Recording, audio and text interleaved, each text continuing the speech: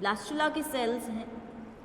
तो इन कोशिकाओं को भी एक नाम दिया जाता है और इसको हम बोलते हैं ब्लास्टोमियर। ठीक है, सीधी सी बात है, मॉर्यूला सीधा सा था, मॉर्यूला में और चेंज हुआ और परिवर्तन हुआ। ये कैसा हो गया, गुहा निर्मित हो गई इसके अंदर। गुहा को हम नाम दे रहे हैं ब्लास्टोसील। इसके बाहर जो झिल्ली ये लेयर है उसको ब्लास्टोडर्म, क्योंकि डर्म बाहर वाली लेयर को हम नाम दे रहे हैं, एक लेयर है, ब्लास्टुला की लेयर है, इसलिए ब्लास्टोडर्म। कोशिकाएं जो इनके अंदर उपस्थित रहेंगी उन कोशिकाओं को नाम दे दिया जाएगा ब्लास्टोमियर। ठीक है, सीधी सी बात। अब जब मैं इससे आगे जाऊंगी, ये मेरा ब्लास्टुला था,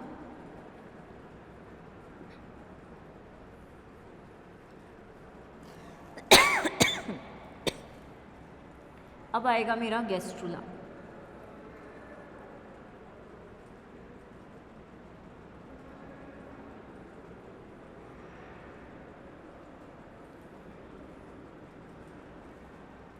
इस प्रकार का गैस्ट्रुला हमें देखने को मिलेगा। जब मैं गैस्ट्रुला की बात कर रही हूँ तो गैस्ट्रुला में मैंने देखा एक गुहा है। इस गुहा को हमने नाम दे दिया आर्केंटेरॉन।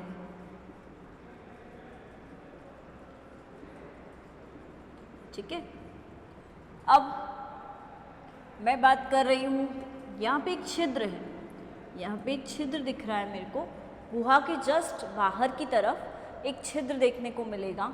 इसको मैं क्या बोलूँगी, या तो ब्लास्टोपोर, क्योंकि छिद्र है तो पोर बोल सकती हूँ, या फिर ब्लास्टुला का रंध्र,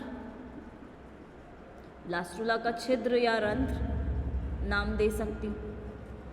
ठीक है, तो ब्लास्टोपोर क्या है, ब्लास्टुला का छिद्र है, जो ब्लास्टुला के बाद वाली अवस्था में देखने को मिल रहा है। ब्लास्टुला में नहीं दिख रहा है, ब्लास्टुला में हमें कोई छिद्र नहीं दिख रहा है, लेकिन ब्लास्टुला के बाद वाली अवस्था में दिख रहा है। दैट मीन्स ये कहाँ दिख रहा है, हमें गैस्ट्रुला में दिख रहा है। एंड गैस्ट्रुला में कैविटी भी दिख रही है जिसको हम नाम दे रहे हैं आर्केंटेरॉन। और क्योंकि यहाँ तक आते आते हमारे पास 3 लेयर्स का फॉर्मेशन भी हो जाता है,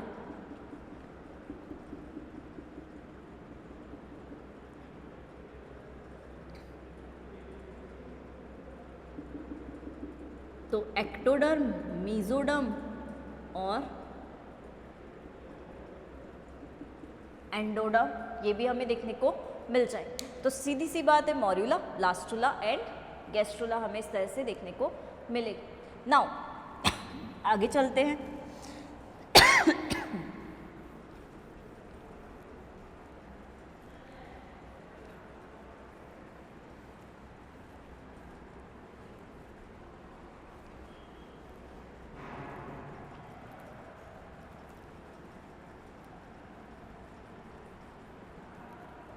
अब बात करेंगे हम स्पर्मेटोजेनेसिस की प्रक्रिया की। ठीक है, अभी तक हमने किस किस चीज़ की बात की है। सबसे पहले हमने बात की कि किस तरह से शुक्राणु की संरचना होती है। युग्मक जनन 2 प्रकार का होता है, शुक्राणु जनन, अंडाणु जनन। शुक्राणु जनन की प्रक्रिया नहीं पढ़ी हमने, बट शुक्राणु जनन परिपक्व अवस्था में क्या बनाता है, शुक्राणु बनाता है। शुक्राणु मूवेबल होता है क्योंकि उसके अंदर टेल भी होती है, तो उसके भागों को पढ़ा हमने, उसमें क्या उपस्थित है वो पढ़ा, उसके क्या कार्य हैं उन चीज़ों को हमने देखा। अब हमने देखा मियोसिस और माइटोसिस 2 विभाजन होते हैं, लेकिन मियोसिस का यहाँ पर क्या रोल है, क्या उपयोगिता है यहाँ पर, और यहाँ पर अगर ये उपयोगिता है तो ये क्या कर रहा है, और अगर ये ऐसा कुछ कर रहा है तो फर्टिलाइजेशन के थ्रू हमने ये भी पढ़ा कि फर्टिलाइजेशन के बाद क्या बनता है और उससे आगे जाकर क्या संरचनाएं बनती। अब हम बात करेंगे मैकेनिज्म की, या फिर आप बोल सकते हो प्रक्रिया की, कि किस तरह से शुक्राणु जनन की प्रक्रिया शुरू। तो सबसे पहले एक हम देखते हैं, सबसे पहले जो बनता है वो बनता है स्पर्मेटोगोनिया। सबसे पहले जो संरचना बनती है वो होती है स्पर्मेटोगोनिया। स्पर्मेटोगोनिया एक संरचना है। इस संरचना में क्या होता है, बहुत सारे माइटोसिस के डिवीजन होते, समसूत्री विभाजन होता है।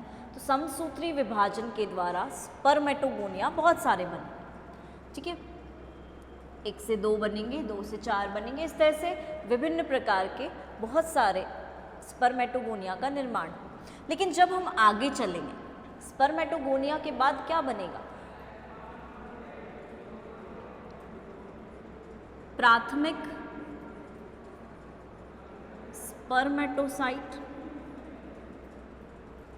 प्राथमिक स्पर्मेटोसाइट के बाद क्या बनेगा, सेकेंडरी या द्वितीयक स्पर्मेटोसाइट।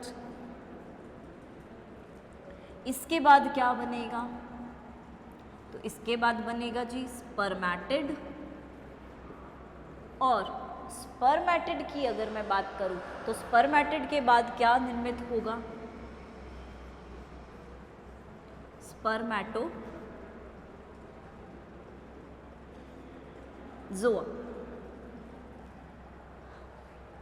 इसके बाद हम नेक्स्ट क्लास में कंटिन्यू करेंगे।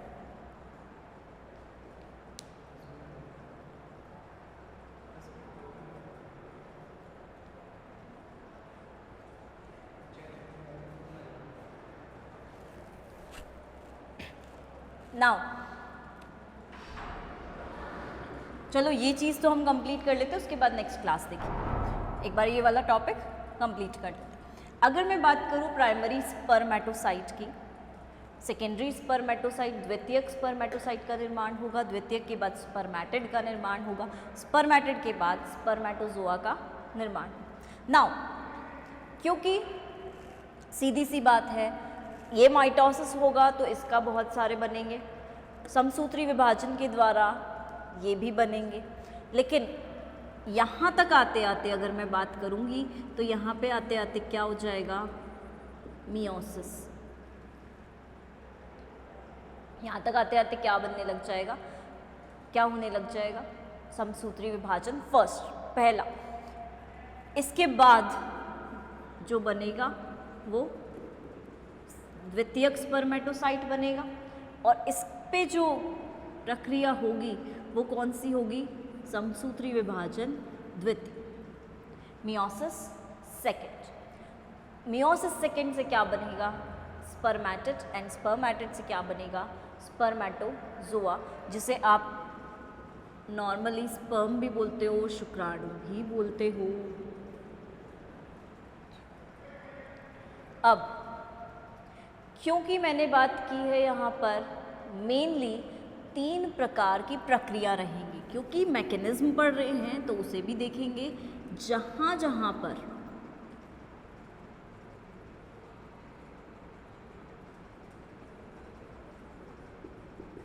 नंबर बढ़ रहा है, संख्या बढ़ रही है, वहाँ वहाँ पर शुरुआत में कौन सा डिवीजन होगा, मल्टीप्लिकेशन होगा। दैट मीन्स माइटोसिस जहाँ हो रहा है वहाँ पर क्या हो रहा है, एक्चुअल में मल्टीप्लाई कर रहे हैं, तो इसको हम बोल सकते हैं गुणन प्रवस्था या गुणन अवस्था।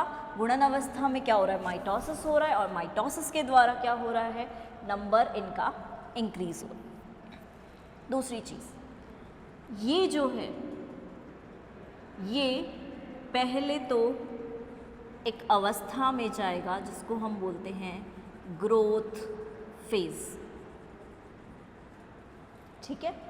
एक था गुणन अवस्था, गुणन अवस्था के बाद दूसरी आती है वृद्धि अवस्था, और वृद्धि अवस्था में ये जो बना था इसका जो साइज है वो और ज़्यादा बढ़ जाएगा, और ये ऐसे के ऐसे, ठीक है, संरचना में बदलाव नहीं है, बस चीज़ें ज़्यादा हो रही हैं, चीज़ें ज़्यादा हो रही हैं, इनके न्यूक्लियस पे कोई प्रभाव नहीं है, बस चीज़ें बढ़ रही है, वृद्धि कर रही है, इंक्रीज हो रही हैं, तो ये ऐसा का ऐसा बढ़कर वापस से यहाँ जाएगा, ठीक है। अब जब मैं बात कर रही हूँ तो ये बढ़ के आया अब तीसरी अवस्था जो यहाँ पर होगी, जहाँ पे मियोसिस शुरू हो चुका है, पहली अवस्था गुणन अवस्था थी, माइटोसिस हो रहा है, नंबर बढ़ रहा है, ये सारे के सारे कैसे रहेंगे, द्विगुणित रहेंगे, सारे के सारे कैसे रहेंगे, 2n रहेंगे। फिर इनमें भी प्रक्रिया हुई, चेंज हुआ, ये सारे के सारे भी कैसे रहेंगे, द्विगुणित रहेंगे। लेकिन क्योंकि यहाँ तक आते आते क्या होने लग जाता है, समसूत्री विभाजन होने लग जाता है। समसूत्री विभाजन जैसे ही होगा, ये कैसे हो जाएंगे, ये कैसे हो जाएंगे, ये कैसे हो जाएंगे, ठीक है। तो यहाँ पे यही बात कर रहे हैं कि पहली अवस्था गुणन अवस्था, दूसरी अवस्था वृद्धि अवस्था, ये जाएगा साइज, सपोज इसकी ये थी तो ये साइज होकर आएगा और वापस से यहाँ। अब किस अवस्था में जाएगा, अर्धसूत्री विभाजन की अवस्था में, तो इसको हम बोलते हैं यहाँ तक आते आते